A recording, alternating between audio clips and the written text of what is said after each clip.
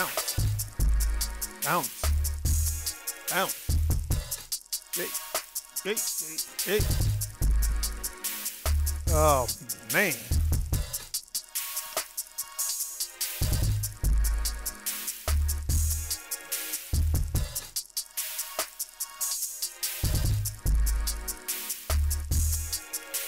What is up? What is up? What is up? It is the Knowledge is Free podcast. Yes, I am back. I didn't have to work at slavery today. What is going on? What is going on? You are listening to Warren G and the place to be. Been clown free and sucker free since 2003. What is going on? I am live on YouTube. If you can't listen to me on YouTube, you can check me out on SoundCloud. Again, I don't know what the fuck that shit is. I just know I got a SoundCloud page. I'll eventually post that shit and put it on there. I am glad to be here. We made it another motherfucking day. For all you who had to go to work, much respect. Slavery. For all you who was off today, hey man, enjoy your day. What is going on, people? Yes, you know how it is. Another day. But anyway, like I said again, you can check me out on SoundCloud. I'll let you know what that is when I get the goddamn information, because I be forgetting. But anyway, I'm going to get right into it. This weekend was great, except for Friday. I had to go on and work on slavery. That shit was bullshit. Man, but Thursday was cool, though. Thanksgiving was straight.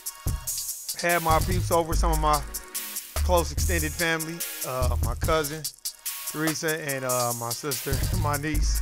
You can check that podcast out.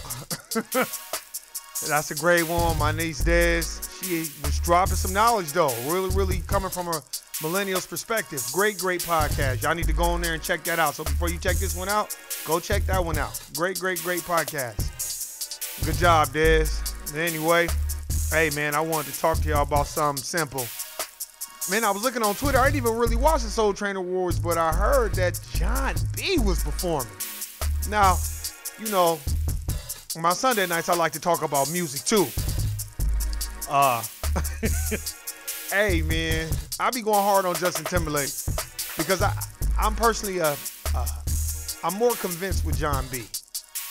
I feel like he's not a cultural appropriator and that he just didn't get what a black producer take our music, do our music, and then go start doing pop music and all this other shit. You know, once he done made his money and all that. Nah, he's still doing the same music that he's been doing. And I've always been a fan of JONB. I feel like he was more authentic, and I feel like he was more about the culture. So, leave your comments and hit the subscribe button, hit the bell button too, by the way. If you're just tuning in, if not, I don't give a fuck. Send this to somebody so I can fuck up their day. But anyway, I'm looking on Twitter and I see that JONB is performing on the Soul Train Awards. What do y'all think about that? Do anybody feel some type of way, or is everybody cool with it? Me personally, I'm a fan of JONB. I don't think he's a cultural appropriator. Got all his albums. Never changed, never wavered. Never went out to go get the hottest black producers so his shit could be popping. You know, he just go make music from the heart and do his shit from the heart. So that's kind of why I've been a fan of JONB. You know what I'm saying?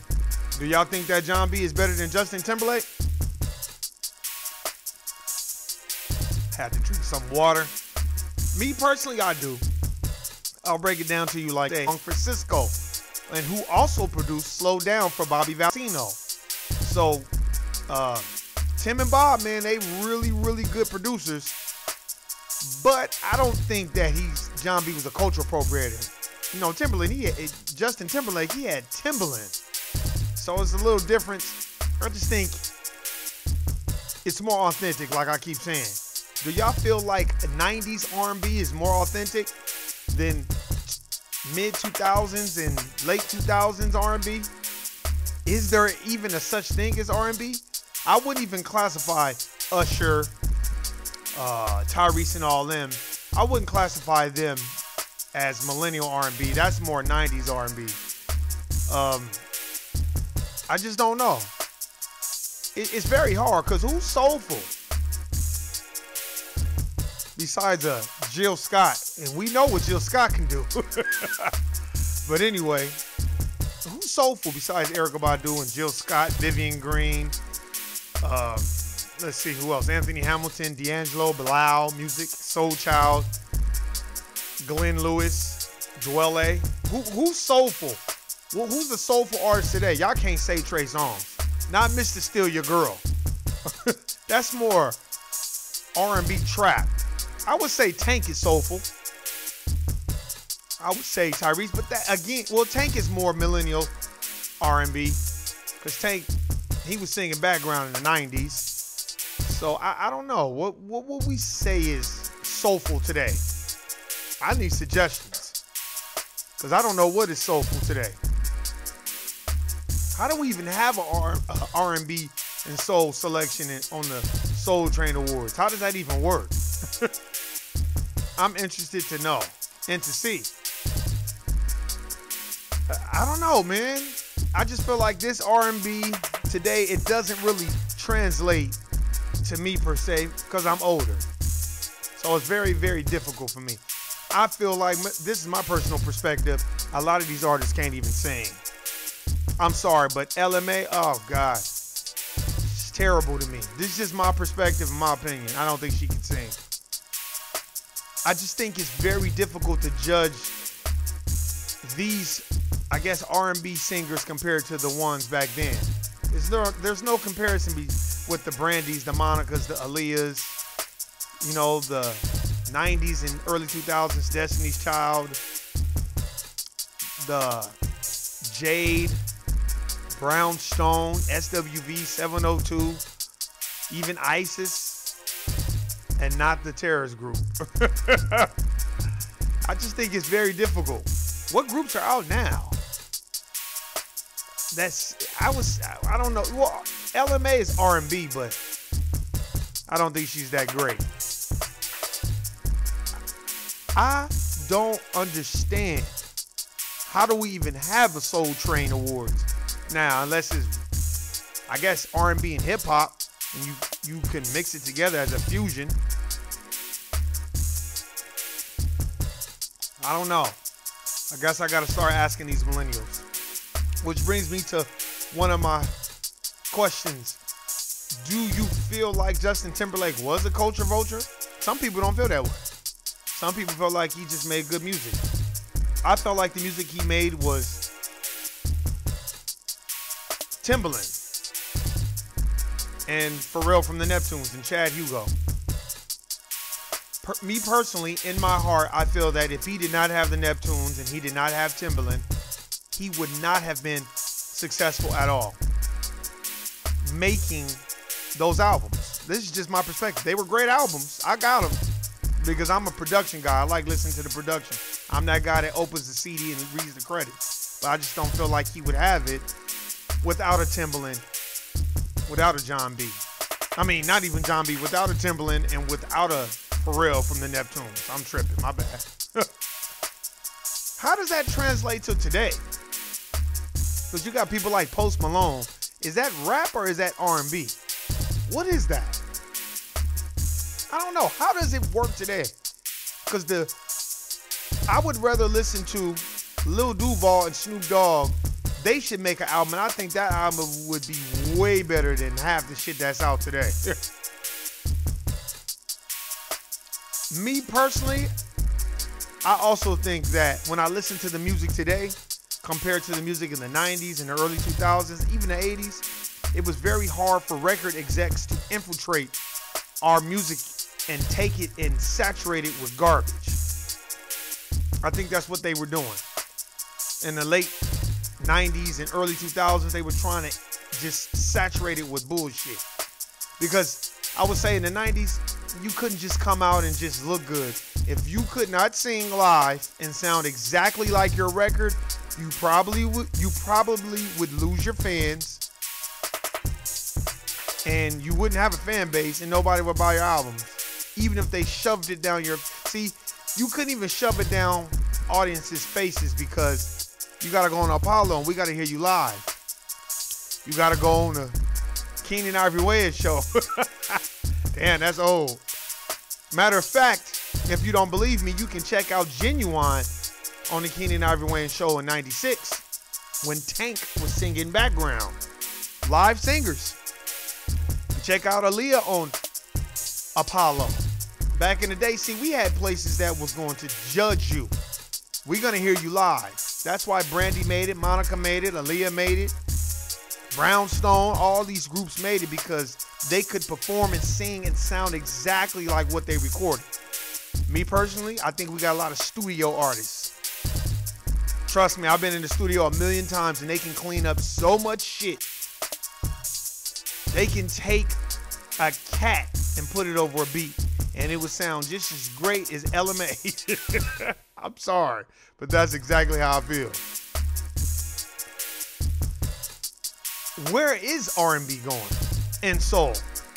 Like I said before, my rendition of soul is D'Angelo, Jill Scott, Erykah Badu, even I would say Anthony Hamilton, Vivian Green. Of course, Bilal, beloved, intelligent, lustful, and living it. Bilal is one of my favorite artists. And not just because he was on If These Walls Could Talk with Kendrick Lamar. I've been a Bilal fan since Firstborn, Second Coming. Matter of fact, I've been a Bilal fan since before that when I heard him singing on Common CD like Water for Chocolate. Funky for You with Jill Scott. So you got to read those credits.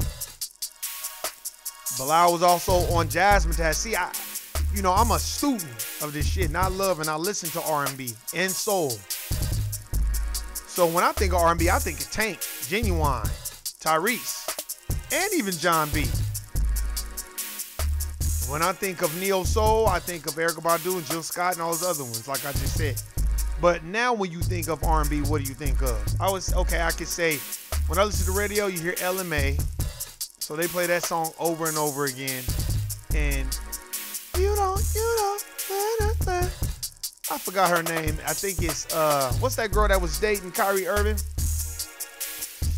That's her. I just remember her song playing over and over again. I think the only song that's popping to me now is Big Bank Type Little Bank. That song is catchy.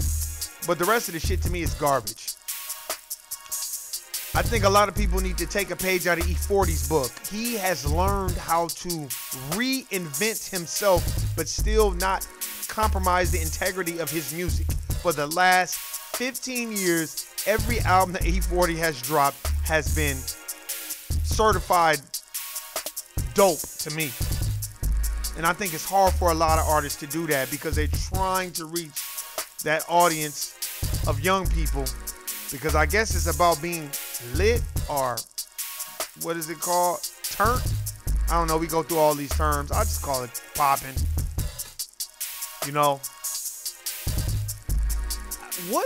How can we get R&B back to the way it was but have a futuristic sound without Trey Songz, without Tory Lanez and all these guys? There's no diss to none of these guys. To me, I feel like these guys are studio artists.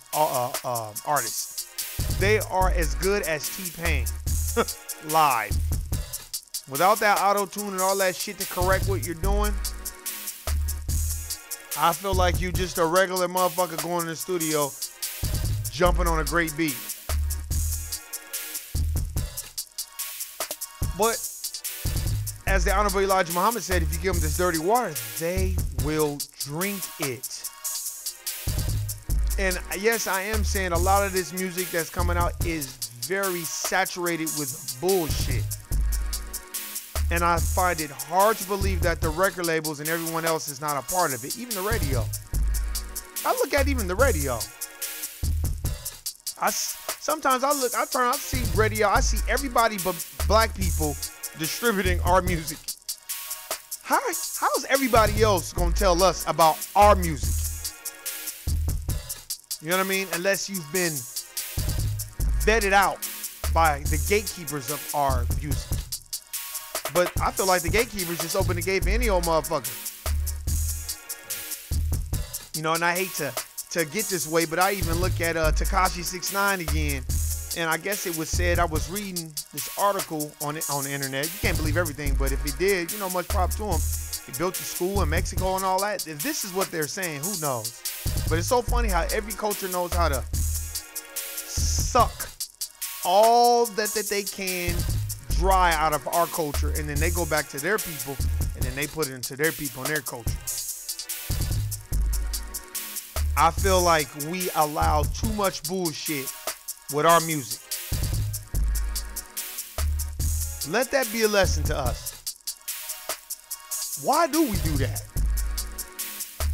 You know what I mean? That's why I always bring up 80s, 90s, R&B, hip-hop, especially R&B, man. It was very difficult for you. Oh, you can have a one hit.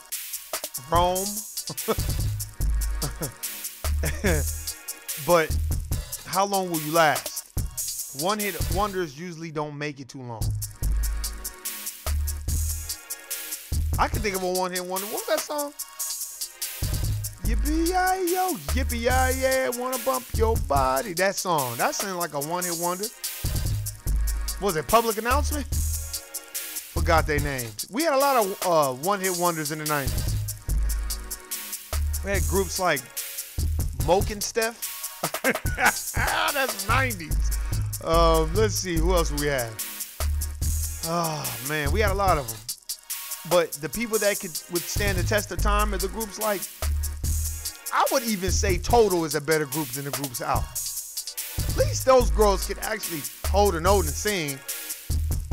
Did they have great production behind them? Yes, they did. But for the most part, they seemed very invested in their craft and what they were trying to do. I just don't see that now. I don't blame people. I think a lot of people do it for the money and not for the sport and the art of it. It's about the art form. That's why I always say, is Jon B better than a Justin Timberlake? I felt like he was more about the art form. I felt like he grew up around us and he got vetted out by us. Justin Timberlake was homegrown by, was it the Disney kids? The Disney Channel? No diss to Justin Timberlake, but I've seen and watched him perform live, and when a motherfucker gotta do all this dancing and hopping around, unless you Chris Brown or Michael Jackson or Usher, and you gotta be doing all this dancing and moving around, to me that's a distraction. That's like a magician, or follow my hand and not my voice type shit. I'm not really into that. Not a good album, because that album in 2000 that he did was a great album, and he didn't have no major production on there. But if you think about it, every last one of Justin Timberlake's albums that we all know and love has had who on there? Pharrell from the Neptunes or Timbaland. And Timbaland is one of the greatest producers of all time, with Dre being number one. So that's what I mean. Are you doing it for the art form or for money? Do y'all feel like a lot of people take our algorithm and our syncopations and how we view music and how we attack music, and then they suck the energy out of that and they go on and replicate and do their own thing? I don't know. Y'all tell me. You know what I mean?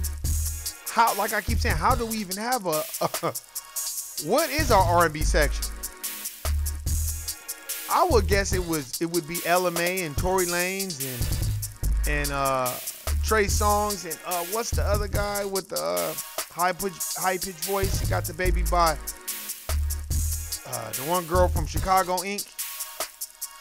I forgot his name. Him. He's got a single with The Game out. But oh yeah, and Chris Brown. Chris Brown's mid 2000s. But Chris Brown is different though, because that nigga can actually, to me, sing and perform and dance. That nigga's got skills. But it's so funny. I wish that white people could try to even find someone that could replicate Chris Brown. I'm pretty sure they'd be so mad that they can't. We all thought that Justin Bieber was going to be one of those people. But I guess it didn't work out for him. Especially that stunt Justin Bieber pulled where he was out in PJ Watts kicking it with the people out there with his good lying ass. Boy, these white people do anything to get a headline. I guess that's why I would separate Jon B. You know, he's homegrown from Pasadena. You know, go watch the Unsung of Jon B. He said some very interesting things in there about where he stood. He wasn't like that white man that's marrying the girl from Destiny's Child. Man, that nigga, he looked like a racist motherfucker. For real. You start talking about race, he told that bitch take her medicine. So, I don't know. How does that relate to R&B right now? Is R&B open for any race to just come through and take it? Because I see a whole bunch of other races that's rebranding our shit and redoing it, like Ariana Grande. She's one of the main ones. That bitch yell and scream. She wants to be Mariah Carey so bad. Well, bitch, you're not. Sorry. And Mariah Carey is nothing compared to Whitney Houston. Go back and listen to all of Whitney Houston's music. That bitch can sing. High on crack or not.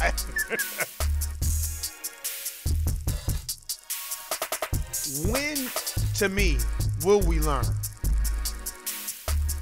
Why is it that we are so waiting for the next Messiah to take the reins of R&B? Why don't we just take the formulas from the 90s and the 80s and let's replicate it and make it something new and inventive? Why do we have to, I don't know, just put any old beat together and then get in the studio and do some auto-tune as we talk shit about T-Pain and use his formula, and then we call it an R&B trap beat, or R&B and trap music. Trap soul is what they call it. Oh, I'm also forgetting about Joe. We can't forget about Joe. I'm a big Joe fan. Very, very big Joe fan. I think he's a great R&B singer and he makes great music. What is something that we, and I'm talking about the older generation that could teach the millennials to make better music? Yeah, we can say, well, they thought our music wasn't good either. I'm sorry. 80s and 90s R&B, 90s R&B and hip hop, nobody's fucking with that era unless it's 80s. 90s R&B, 90s hip hop brung us Black Star Power. I said 1, 2, 3. It's Mos Def and Talib Kweli. You can't beat that. Who can beat that?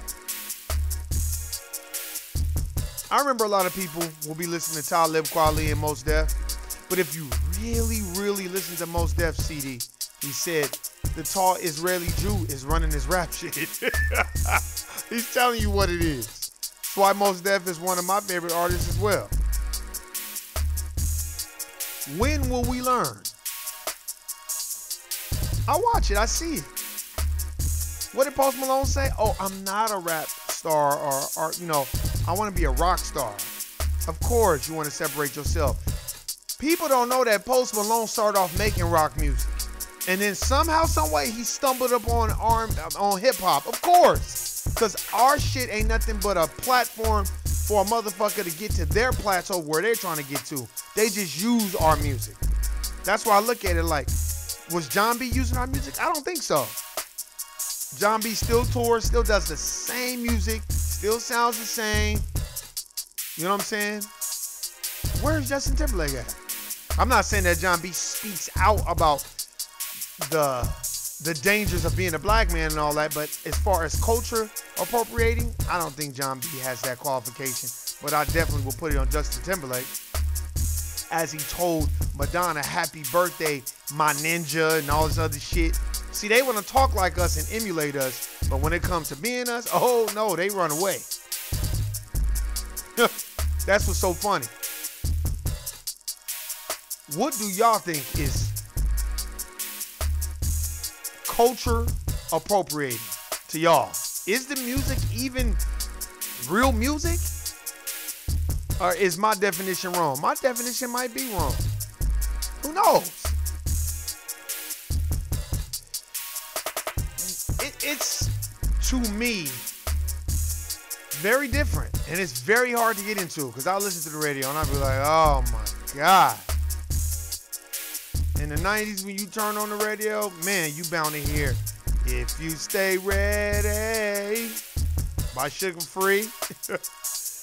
You might hear some LL Cool J. You might hear some SWV, Missy, Genuine, Joe, R. Kelly. Come on, the 90s just hit you over and over with hits. That's what I'm saying. If they gonna do a Soul Train Music Awards, they might as well just bring up all the 90s shit and re-give out the awards all over again. Because to me, this music it's not that great. Jodeci, we're not even gonna get into the groups. Silk, Jodeci, come on. Drew Hill, come on. These groups were great. You'll never get that again. Not in this era. The last group that I seen that I think that potentially could have done something was, who was the group? I forgot their name. 5 in the morning. I forgot their name. But they was a pretty good group. They not even together no more. And of course, groups don't stay together. But, oh, I forgot about Escape too. Good group. I don't know, man. I just look at things and I just be like, man, turn this radio off. It is very hard for me to listen to the radio. Very hard. Very hard. Is it hard for you? Maybe not. Millennials think very different, especially after talking to my niece. But my niece would know. She can compare the difference between the music now and the music then. This music now needs a revamping, an overhaul, and education. These youngsters don't want to educate themselves. If you ask a youngster who Genuine is, who is Timberland, who's the Neptunes, what have the Neptunes done for R&B, they wouldn't know. Bump Neo Soul, just ask them. Name one R&B song that the Neptunes did. Remember, the Neptunes brought us Khalees. That's the only reason why I listen to that bitch. Shiesty motherfucker. But anyway, hey man, remember that. When you listen to this podcast, remember I'm saying, what is good R&B to you? Leave the comments. I want to know, what is good R&B? What is good hip hop and R&B? Leave the comments. Hit the subscribe button. Hit the bell button so you can know when my black ass pop up on this shit. But we can talk about this. This is up for debate. Nobody's right, nobody's wrong. But I would love to hear what people think about this R&B compared to the R&B in the 90s. You know what I mean? That's all. And then maybe we can do another topic on the same shit, or we can do the same topic next Sunday. But Sunday is gonna be hip hop and R&B. And we gonna fuse it into what's going on today. But like I said, you damn right. I don't give a fuck what y'all say. LMA is trash to me. I'm still waiting to hear her perform live. I'm a live type of person. See, I grew up in church, so I want to hear you sing live. I don't hear no studio shit. Studio shit is easy. Like I said, I've been in the studio a million times, so I know what studio equipment can do to your voice. It can make everybody sound like Whitney Houston and Mariah Carey. But what can you do live? No diss to nobody, but I want to hear it. SZA too.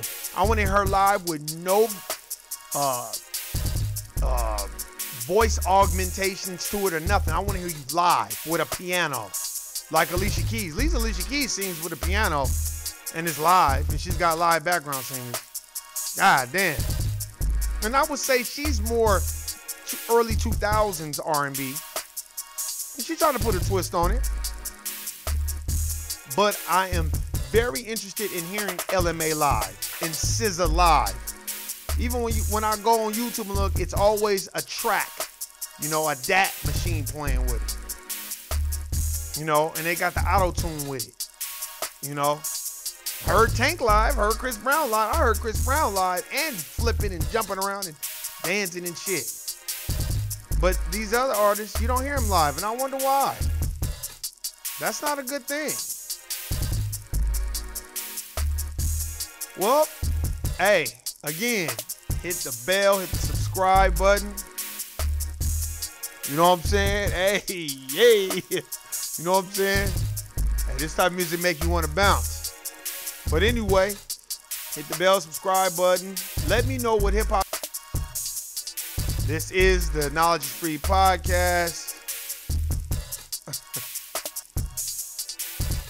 I'm glad to bring some new and insightful shit to y'all. But anyway, I guess I'll get to watching this Soul Train Music Award shit. But Thursday was pretty decent. I ain't had a decent one since my mom been gone, so it's been all right. I hope y'all's was great. I know it's slavery tomorrow, man. So all y'all can listen to this tonight, tomorrow, in the morning. Listen to it while you at work. And I can take your mind off of your slave master. Make sure you get your ass to work on time. Because you know what they'll do. Guilty, nigga. And you'll be fired. Hey, this is the Knowledge is Free podcast. It's Warren G. I'm in the place to be. Been clown free since 2003. Have a good one. I'm out. Peace.